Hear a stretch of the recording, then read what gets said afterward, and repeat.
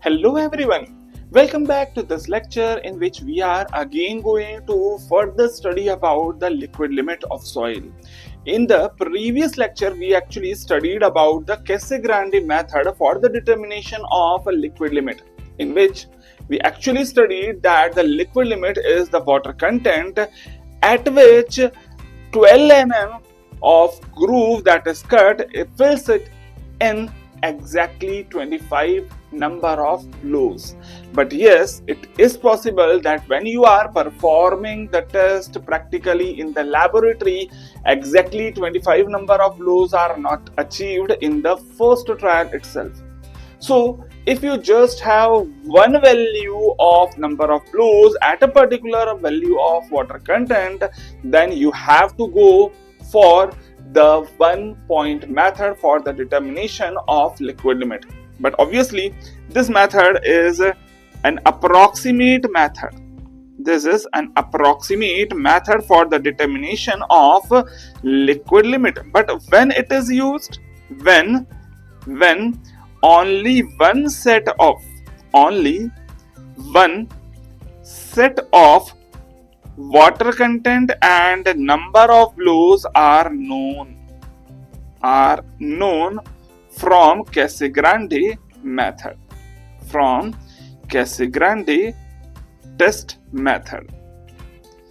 Fine, but yes, this particular approach will be used only if you cannot perform more tests for the given soil sample.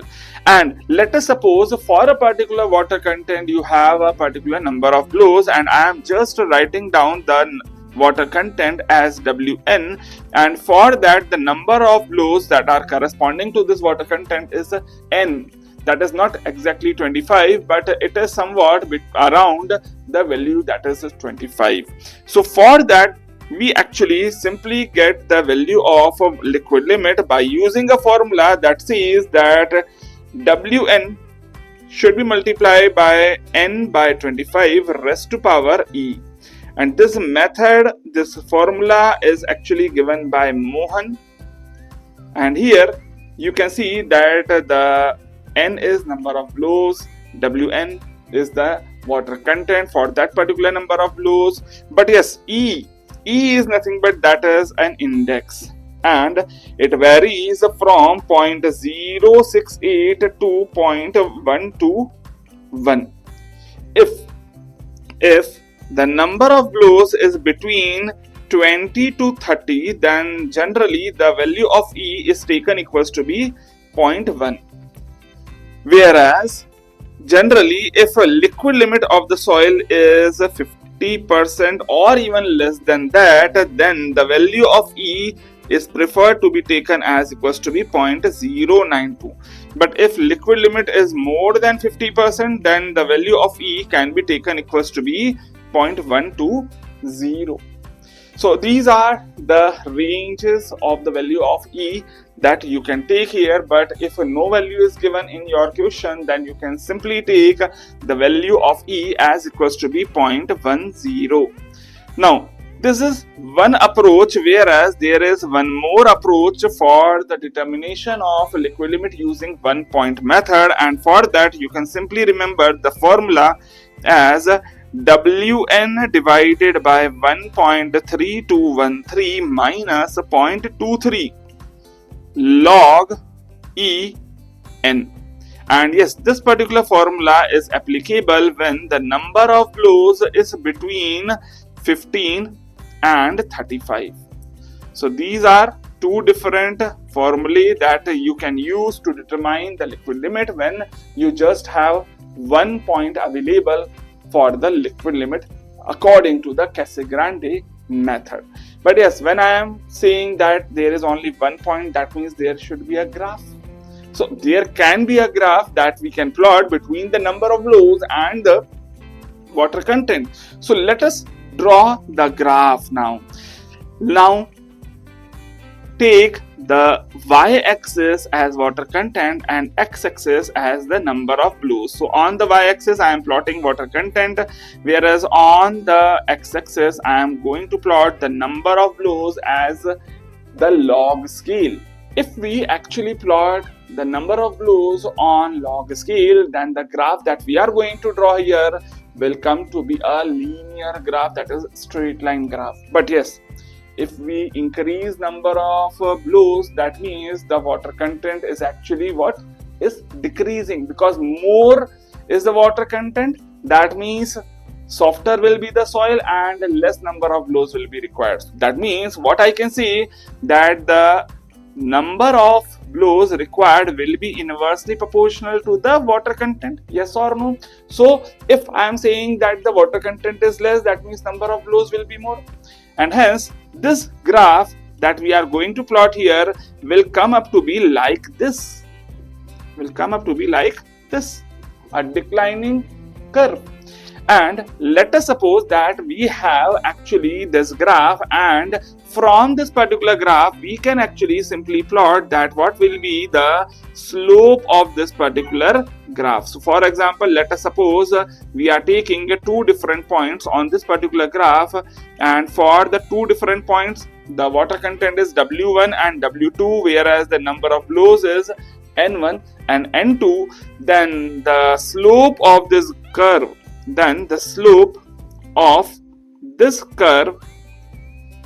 will be nothing but that will be equals to be the dy by dx. What is the change in the y value? That is W1 minus W2, whereas what is the change in the value of x?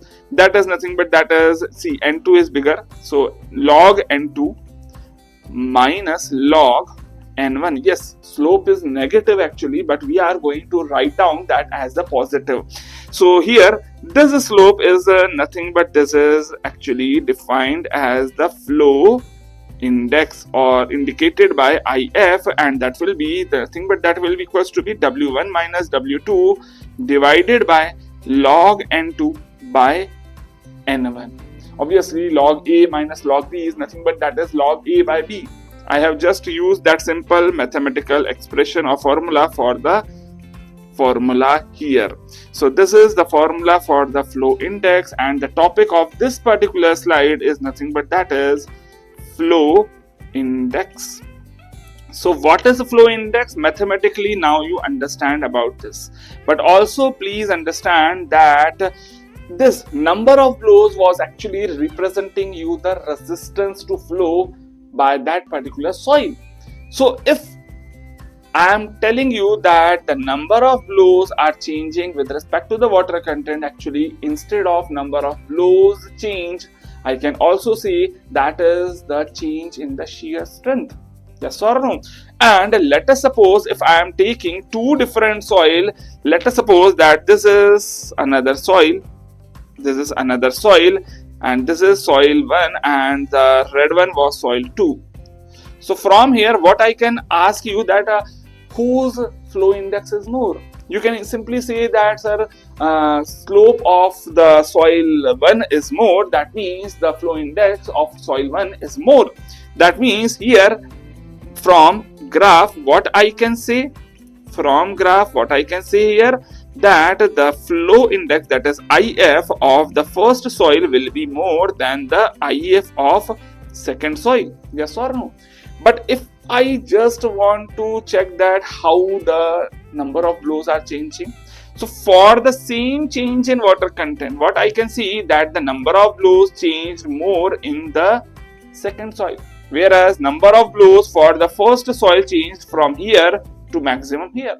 That means the shear strength is more consistent in the soil 1, and hence soil 1 should be actually more preferred, yes or no? So what I can see here, that flow index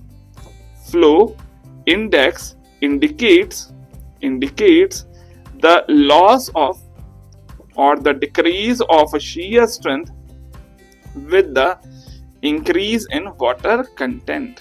And yes, this the flow index is inversely proportional to the shear strength, and hence you can also see if the flow index of first soil is more, that means the shear strength of first soil is less. So shear strength is less for first soil and more for the soil number 2. So these are different points that you should remember here. And what is flow index? That is nothing but that is the slope of the graph that is plotted between the water content and a log of number of blows. But yes, as this is log, you can also say that this flow index is nothing but this is equals to be the difference of water content at 10 blows and 100 blows. So what is W10? W10 is nothing but that is water content for 10 blows. And what is W100? That is the water content for 100 blows exactly at which the groove will get filled. But yes, 10 blows and 100 blows points should be actually extrapolated by just extending the graph here. But if let us suppose if such values are given for the 10 blows and 100 blows, then you can directly subtract the water content for those two values to get the value of your flow index for the given soil.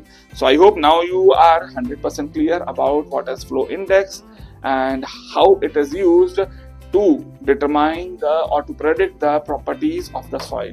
So I am ending our lecture here only. In our next lecture, we are going to study about one more method to determine the liquid limit of soil, and we will meet there again. Till then, keep learning, keep studying.